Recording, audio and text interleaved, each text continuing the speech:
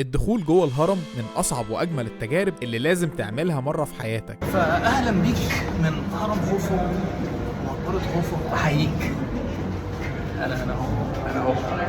ودي سلسلة 100 مكان أنا زرتهم وبحكي تجربتي فيهم، وده المكان الثالث. الدخول جوه الهرم مغامرة ممتعة، ولكن لو معاك أطفال ما انصحكش قوي تدخلهم، ولو معاك حد كبير في السن برضه بلاش، ولو بتخاف من الأماكن المغلقة برضه ما انصحكش. حاول تلبس لبس خفيف وانت داخل، وتكون هادي وتمشي في المسار مع الناس، ودايما بص يمينك وشمالك واستمتع بمنظر الهرم من جوه، وتخيل ان من كام ألف سنة كان في هنا عمال وكهنة بيبنوا المنطقة العظيمة دي علشان تكون قبر للفرعون. وفي نهاية رحلتك هتشوف تابوت حجري ضخم لموميا الفرعون خوفو. نيجي بقى للتذاكر. تيكت دخول هرم خوفو بتشتريها لوحدها مع تيكت دخول منطقة الأهرامات، يعني هتشتري تذكرتين. تذكرة دخول منطقة الأهرامات ب 60 جنيه للمصريين زائد 150 جنيه لو هتدخل الهرم، أما للأجانب 700 جنيه للمنطقة زائد تذكرة دخول الهرم 1500 جنيه. حاول دايما تروح بدري على قد ما تقدر. منطقة الأهرامات مفتوحة من الساعة 7 للساعة 6، ولكن دخول الهرم بيفتح من 7 ل 11 وبيرجع يفتح تاني من 1 لغاية ما المنطقة تقفل. وما تنساش وانت هناك تروح تركب جمل وتاخد صور حلوة. ولو بتحب الأماكن القديمة والسفر ما تنساش اللايك والشير والفولو.